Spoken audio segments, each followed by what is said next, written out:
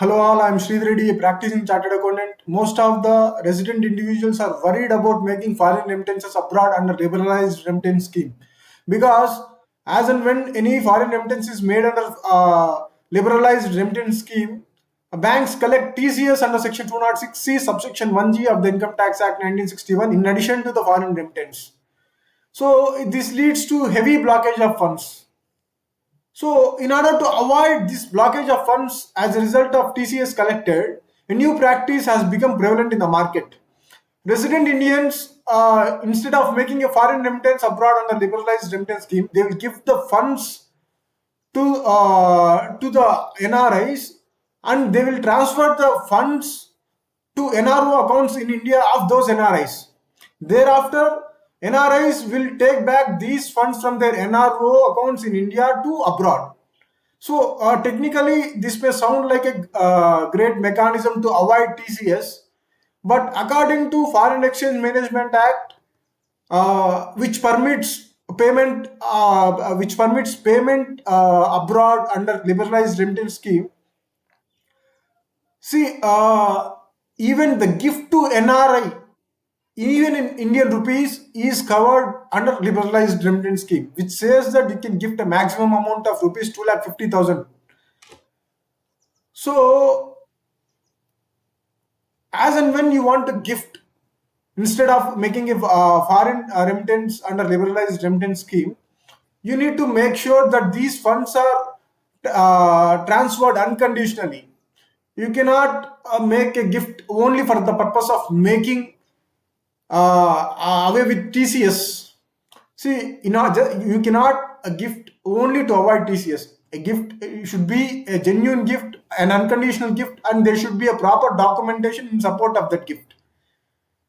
But what is the issue here is that Foreign Exchange Management Act works under the principle that if you cannot do something directly, you cannot do it indirectly. In the same way, you can gift only to the extent of 2,50,000. I mean, you can 2,50,000 USD. You can transfer only to the extent of 2,50,000 USD to a NRO account in India. Thereafter, he can take back those funds. But the catch is that if you are doing this only for the purposes of avoiding TCS, and the NRI is just acting as a mere conduit, it means he'll receive gift in India, he'll transfer those funds abroad, and he'll make those funds available for resident Indian. Then it is not permissible. If this is a genuine gift and unconditional gift, and the resident Indian exercises no control after the transfer of gift, then only he can make use of those funds. He can get away with TCS. So here the intent or the substance is more important than form. If your intention is to make a gift without any condition, if your intention is to make it available to the non-resident unconditionally, then that is fine. But if you want to gift only for the purposes of avoiding TCS, and thereafter as and when these funds are taken abroad, and if you want to exercise control over these funds, no, it is not possible. Law does not permit it. You may face huge penalties. So you can gift any amount, I mean, within the limit of 2,50,000 USD to the non-resident in India, and transfer those funds to NRO accounts and make them available unconditionally to the non-resident.